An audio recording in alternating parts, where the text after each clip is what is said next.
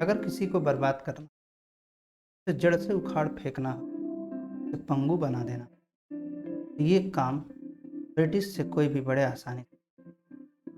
British Bharat में आए, उन्होंने एक एक पॉइंट चुन चुन करके ऐसे भारतीयों को बर्बाद किया कि भारतीयों को खुद पता ही नहीं चल सका। अगर हम देखें तो ब्रिटिशर्स ने अपनी ही company British East India company को भी बर्बाद कर दिया। जी हाँ, बिल्कुल सही सुना आपने। ब्रिटिशर्स ने ही ब्रिटिश ईस्ट इंडिया कंपनी को बर्बाद किया। कैसे? तो 1773 से 1833 तक जितने भी रेगुलेटिंग एक्ट या चार्टर एक्ट आए, ब्रिटिश ईस्ट इंडिया कंपनी को बर्बाद करने के लिए ही लाए गए थे। अगर हम इसे देखें, इसके एक थोड़ी सी स्टोरी है जो हम देखेंगे। तो welcome to my channel Satyavan Anand. मैं सत्यवान आनंद आप लोगों को पॉलिटी, कॉन्स्टिट्यूशन एंड गवर्नेंस के पार्ट को कंप्लीट कराएंगे in UPSC civil service examination के सिलेबस को। अगर हम देखें तो जो ब्रिटिश थे, 1773 में रेगुलेटिंग एक्ट आया, 1833 में चार्टर एक्ट 1833 आता है। चार्टर एक्ट 1833 ने एक प्रोविजन लाया कि ब्रिटिश ईस्ट इंडिया कंपनी के सारे फाइनेंशियल पावर को छीन लिया गया और उसको सिर्फ एक एडमिनिस्ट्रेटिव बॉडी बना दिया गया। अगर हम ये देखें, ये काम वो पहले भी कर चुके हैं। जब 1757 का लड़ाई ब्रिटिश ने जीता, तो उन्होंने बंगाल पर कब्जा नहीं किया, शासन नहीं किया। उन्होंने क्या किया, वहाँ से दीवानी राइट्स ले लिए। दीवानी राइट्स ले करके टैक्स वसूली का यानी फाइनेंशियल मैटर बंगाल का पूरा अपने कब्जे में कर लिया। और एडमिनिस्ट्रेशन कौन देख रहा था? बंगाल का नवाब देख रहा था। डुअल गवर्नमेंट चल रही है, यानी सारी जिम्मेदारी राज्य सरकार की होगी और फाइनेंस का मैटर ब्रिटिश के पास। बिल्कुल वही काम किया उसने चार्टर एक्ट 1833 के माध्यम से। उसने ब्रिटिश ईस्ट इंडिया कंपनी के सारे पावर को छीन लिया, उसे बर्बाद कर दिया, उसे पंगु बना दिया और सारा का सारा कंट्रोल अब किसका हो गया? फाइनेंशियल मैटर पर सारा कंट्रोल हो गया ब्रिटिश पार्लियामेंट यानी ब्रिटिश क्राउन का। क्राउन रूल एक तरीके से क्राउन कंट्रोल हो गया, क्राउन रूल नहीं, क्राउन कंट्रोल हो गया। हम देखेंगे चार्टर एक्ट 1853 में क्या क्या। अगर हम देखें, चार्टर एक्ट 1833 में एक प्रोविजन लाया गया था जो इंडियंस के लिए बहुत अच्छा प्रोविजन था। उसने कहा था कि भारतीयों को हम सिविल सर्विस में ओपन कंपटीशन के माध्यम से एग्जामिनेशन में बैठने की परमिशन देंगे। लेकिन 1833 के चार्टर एक्ट में ऐसा हो ना सका और 1853 के चार्टर एक्ट में ये काम हो गया। हम देखें, चार्टर एक्ट 1853 जो है वो चार्टर एक्ट का लास्ट सीरीज था, यानी last series of the charter act passed by British parliament during 1793-1850। यानी जो 1773 में रेगुलेटिंग एक्ट आया, 1793 में चार्टर एक्ट आया, फिर 1813 में, 1833 में जो चार्टर एक्ट आए, इन सब चार्टर एक्ट के माध्यम से ब्रिटिश ईस्ट इंडिया कंपनी पे कंट्रोल करना था। उनको कंट्रोल की प्रक्रिया, सेंट्रलाइजेशन की प्रक्रिया 1833 तक कंप्लीट हो चुकी थी। 1853 के बाद उन्हें लगा कि अब इसकी ज़रूरत ही नहीं है, क्योंकि ब्रिटिश ईस्ट इंडिया कंपनी एक कम्प्लीटली एडमिनिस्ट्रेटिव बॉडी बन चुकी है, फाइनेंशियल मैटर उसके गिने जा चुके हैं। तो ये जो एक प्रोविज़न था 1853 का चार्टर एक्ट, यहाँ से हमारे कॉन्स्टिट्यूशन के हिस्टोरिकल पार्ट के लिए एक सिग्निफिकेंट है ये पार्ट, कि हमें यहाँ से कुछ प्रोविज़न हिस्टोरिकली देखने को मिलते हैं। चार्टर एक्ट 1853 ने क्या किया कि जो गवर्नर था, गवर्नर कौन? Governor general of India. Governor general of India को लेजिस्लेटिव पावर दे दिया और साथ ही साथ उसके पास एग्जीक्यूटिव फंक्शन और लेजिस्लेटिव फंक्शन अब दोनों ही परफॉर्म कर रहा था। तो गवर्नर जनरल एक काउंसिल थी, उस काउंसिल के माध्यम से वो दोनों ही फंक्शन परफॉर्म कर रहा था। लेकिन अब यहाँ पर लेजिस्लेटिव फंक्शन और एग्जीक्यूटिव फंक्शन को क्लियरली सेपरेट कर दिया गया। पहले क्या होता था कि जो लेजिस्लेटिव पावर थी वो एक्सप्लिसिट नहीं थी, एग्जीक्यूटिव ही लेजिस्लेचर के फंक्शन को परफॉर्म करता था। कोई लेजिस्लेटिव बॉडी नहीं हुआ करती थी। लेकिन 1833 के चार्टर एक्ट में इसका प्रोविज़न बनाया गया। इस प्रोविज़न को 1853 के चार्टर एक्ट में काफ़ी ज़्यादा स्ट्रांग बनाया गया। यानी हम कह सकते हैं कि भारत में पार्लियामेंट्री सिस्टम की शुरुआत हो गई थी। इस एक्ट के माध्यम से भारत में पार्लियामेंट्री सिस्टम की शुरुआत हो गई। हम आगे देखें, इस चार्टर एक्ट ने जो लेजिस्लेटिव काउंसिल बनाया था उसमें 6 मेंबर थे। जो लेजिस्लेटिव काउंसिल थी उसमें 6 मेंबर थे। 6 मेंबर कौन कौन होते थे? अच्छा, इस लेजिस्लेटिव काउंसिल का नाम क्या था? इसे इंडियन लेजिस्लेटिव काउंसिल या सेंट्रल लेजिस्लेटिव काउंसिल कहा जाता। इस काउंसिल का हेड कौन था? तो गवर्नर जनरल ऑफ इंडिया। इसे इंडियन लेजिस्लेटिव काउंसिल या सेंट्रल लेजिस्लेटिव काउंसिल कहा जाता था। इसमें मेंबर कितने होते थे? तो 6 मेंबर होते थे इस काउंसिल में, जिनमें से 4 मेंबर जो हैं लोकल बॉडी से आते थे। यहाँ पर लोकल बॉडी से तात्पर्य प्रोविंशियल गवर्नमेंट से है या प्रोविंशियल रिप्रेजेंटेशन से। जो 6 मेंबर थे उसमें 4 जो है मेंबर कहाँ से अपॉइंट होते थे? एक मद्रास से, एक बॉम्बे से, एक बंगाल से और एक आगरा से। तो 4 मेंबर अपॉइंट किए जाते थे, इनको लोकल रिप्रेजेंटेशन भी कहा जाता था, लेकिन ये प्रोविंशियल लेवल पर।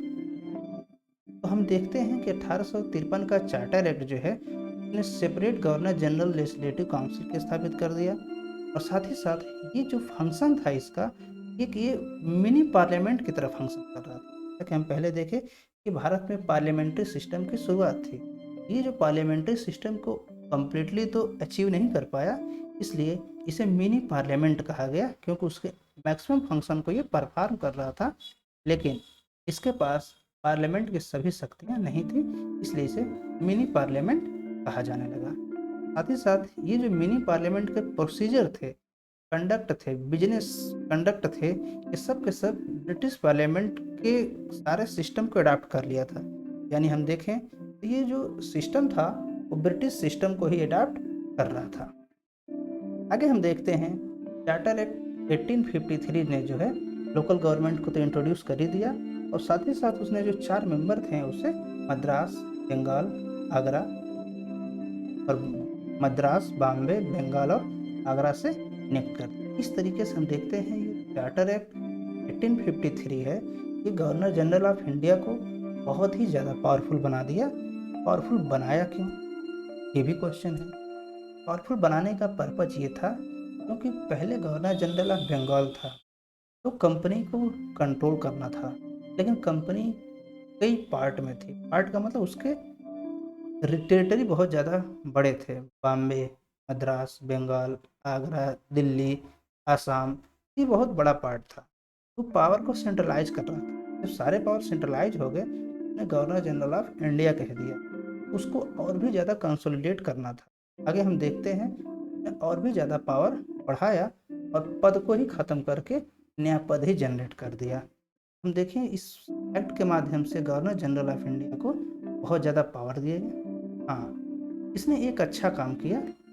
जो चार्टर एक्ट 1853 में, जो चार्टर एक्ट 1833 का एक प्रोविज़न था कि इंडियंस को भी ओपन सिविल सर्विस में बैठने के लिए परमिशन दी जाएगी, कि इंडियन भी सिलेक्ट हो सके, उनका रिक्रूटमेंट किया जा सके कोवेनेंटेड सिविल सर्विस यानी हायर सिविल सर्विस के एग्जामिनेशन में। तो 1833 में इस प्रोविज़न को लाया गया, परंतु जो यूरोपियंस थे उन्होंने बहुत विरोध किया, और कोर्ट ऑफ डायरेक्टर ने उनके यूरोपियंस के दबाव में इस प्रोविज़न को नेगेट कर दिया, यानी उसने इस प्रोविज़न को मानने से ही इनकार कर दिया। तो कोवेनेंटेड या हायर सिविल सर्विस की जो क्राइटेरिया थी अपॉइंटमेंट की वो पहले पैट्रोनेज सिस्टम पर आधारित। इंडियन सिविल सर्विस की पूरी हिस्ट्री को हम डिस्कस कर चुके हैं 4 पार्ट में। 4 पार्ट में वीडियो है, हमने उसे अपलोड कर दिया है, लिंक डिस्क्रिप्शन में है, आप उन्हें जाकर देख सकते हैं पूरी प्रक्रिया को। तो इस चार्टर एक्ट के माध्यम से हम देखते हैं कि इंडियंस के लिए भी कोवेनेंटेड या हायर सिविल सर्विस में बैठने की अनुमति मिल गई। अब कोई भी इंडियंस इस एग्जामिनेशन के माध्यम से ICS यानी इंडियन सिविल सर्विस एग्जामिनेशन को क्वालिफाई करके डिस्ट्रिक्ट मजिस्ट्रेट के पोस्ट को पा सकते हैं। सत्येंद्र नाथ टैगोर वे पहले व्यक्ति थे जो क्वालिफाई भी किए थे। आगे हम देखें इस इस काम के लिए कि इंडियंस को ओपन कंपटीशन में, सिविल सर्विस के ओपन कंपटीशन में बैठने की परमिशन दी जाए, तो गाइडलाइन क्या होंगे, तो स्ट्रक्चर क्या होगा, उसके लिए एक कमेटी सेटअप की गई, मैकाले कमेटी। उस कमेटी ने रिकमेंडेशन दिया, उसकी रिकमेंडेशन 1854 में आती है, और जब 1854 में उसकी रिकमेंडेशन आती है, उसके माध्यम से एक प्रक्रिया स्टार्ट की गई और 1855 में पहली बार एग्जामिनेशन कंडक्ट करवाया गया। ये चीज़ें हम video evolution of civil service बना चुके हैं, उसमें सारी चीज़ें डिटेल से डिस्कस की गई। तो 1855 में पहली बार एग्जाम कंडक्ट कराए गए, लेकिन वह एग्ज़ाम भारत में कंडक्ट नहीं हुए थे, वह एग्ज़ाम लंदन में कंडक्ट हुए थे और लंदन में ही जाकर के एग्ज़ाम देना पड़ता था। यानी हम कह सकते हैं कि 1855 के बाद भारतीयों को कोवेनेंटेड सिविल सर्विस में बैठने की अनुमति मिल गई, कोई भी भारतीय इस एग्जामिनेशन को दे सकता था। आगे हम देखें चार्टर एक्ट 1853। ब्रिटिश तो चालू बहुत थे, चालू इतने ज़्यादा चालू, तो जो रूल, जैसा कि हमने कहा कि जब 1757 में या 1764 में जब अंग्रेजों ने प्लासी का युद्ध और बक्सर का युद्ध जीता, तो ये क्या कि वहाँ के सीधे गवर्नमेंट को अपने हाथ में नहीं लिए, उस शासन व्यवस्था को नहीं संभाले। उन्होंने कहा शासन व्यवस्था राजा ही संभालेगा, लेकिन जो फाइनेंशियल मैटर होगा, जो टैक्स कलेक्शन का मामला है, वो हमारा होगा। यानी फाइनेंशियल मैटर पर पूरा कंट्रोल ब्रिटिश का था, और जो एडमिनिस्ट्रेशन था वो वहाँ के रूलर का था। इसे डुअल गवर्नमेंट कहा गया। बाद में डुअल गवर्नमेंट खत्म कर दी गई, लेकिन ब्रिटिशर्स ने क्या किया, इसे इंटरनली जारी रखा। चार्टर एक्ट 1853 क्या कहता है, it extended companies rule and allowed it to retain the possession of Indian territories on trust for British crown. बड़ा होशियारी से काम किया। ने कहा क्या कि 1853 तक 1833 के चार्टर एक्ट क्या किया, फाइनेंशियल पावर खत्म कर दिया, केवल एडमिनिस्ट्रेटिव पावर है। लेकिन आगे क्या कह रहा है कि 1853 के बाद भी कंपनी रूल चलती रहेगी, कंपनी रूल चलती रहेगी, और जो ब्रिटिश पोसेशन है वो अपने पास रख सकते हैं उसके ट्रस्टी के रूप में। यानी ब्रिटिश क्राउन सुप्रीम पावर होगा, पूरा टेरिटरी ब्रिटिश क्राउन का है, लेकिन उसको चलाने की व्यवस्था, उसको अपने पास धारण करने की क्षमता as a trustee British East India Company के पास। बड़ा चालाकी से काम किया कि काम करेगा ब्रिटिश ईस्ट इंडिया कंपनी और मजा लेगा ब्रिटिश क्राउन। ये पॉलिसी थी, बांटो और राज करो। उन्होंने भारतीयों को लूटा, भारतीयों को लूटने के लिए ईस्ट इंडिया कंपनी को भी लूटा, उसको भी बर्बाद किया, भारतीयों को बर्बाद करने के लिए। आगे हम देखें इस चार्टर एक्ट ने कोई टाइम पीरियड स्पेसिफाई नहीं किया कि आगे कब चार्टर एक्ट आएगा। यानी जो पहले होता था, जैसे 1793 में आया तो उसमें कह दिया गया था 20 साल, फिर 1813 में आया फिर कह दिया गया 20 साल, फिर 1833 में आया फिर कह दिया गया 20 साल का टाइम पीरियड रहेगा नेक्स्ट चार्टर आने के लिए। लेकिन 1853 का जो चार्टर एक्ट है उसमें कोई प्रोविज़न नहीं लाया गया कि नेक्स्ट चार्टर कब आएगा। ये क्या इंडिकेट करता है, इसका मतलब यह था कि अब कंपनी रूल कभी भी जा सकती है, कभी भी कि ब्रिटिश पार्लियामेंट जब चाहे उसे टर्मिनेट कर सकता है। द एंड हुआ भी, द एंड बहुत जल्दी हो गया। जब ब्रिटिश ईस्ट इंडिया कंपनी भारतीयों को लूट रही थी, तो ब्रिटिश पार्लियामेंट ने उसको लूटा, ब्रिटिश क्राउन ने सबको लूटा, तो ये स्थिति आ गई। और फाइनली जब 1857 की क्रांति हुई, यानी 1853 के जस्ट 4 साल बाद जब 1857 की क्रांति होती है, तो 1857 की क्रांति में ब्रिटिश पूरे तरीके से हिल गए। उन्हें इस बात का एहसास हो गया कि अगर हम बहुत ज़्यादा भारतीयों को लूटेंगे और डायरेक्ट लूटेंगे तो हमारे लिए खतरा है। उन्होंने नया स्ट्रेटजी बनाया कि अब डायरेक्ट नहीं, इनडायरेक्ट लूटेंगे। तो ये कहानी हम यहीं समाप्त करते हैं। आगे हम देखेंगे 1858 में क्या हुआ। 1857 की क्रांति के बाद ब्रिटिशर्स ने क्या क्या रिफॉर्म लिए, इन सब चीज़ों को हम नेक्स्ट वीडियो में देखेंगे। तो हमारा जो नेक्स्ट वीडियो होगा वो होगा developments under the British crown rule, यानी जो ब्रिटिश क्राउन रूल। क्या देखा हमने पहले भी अभी देखे हैं कि 1853 के चार्टर एक्ट में ये स्पेसिफाई ही नहीं किया गया कि अगला चार्टर कब आएगा, कभी भी टर्मिनेट हो सकते थे, हुआ भी वही। तो हम देखेंगे आगे कि 1858 से 1947 तक भारत में क्राउन रूल था। क्राउन रूल में क्या डेवलपमेंट हुए, उसका हमारी भारतीय संविधान में क्या महत्व है, इन सब चीज़ों को हम अगले वीडियो में देखेंगे। तो वीडियो देखने के लिए धन्यवाद। हमारे वीडियो अच्छे लगे हों तो लाइक ज़रूर करें, ज़्यादा से ज़्यादा लोगों के पास शेयर करें। कुछ भी पूछना हो, कुछ जानना हो, क्वेरी हो, कमेंट करें। और हमारे वीडियो, हमारे चैनल को ज़रूर सब्सक्राइब करें। आगे नए अपडेट पाने के लिए बेल आइकन को भी प्रेस करें, जिससे हमेशा हमारे साथ जुड़े रहें, अपडेट रहें। जय हिंद,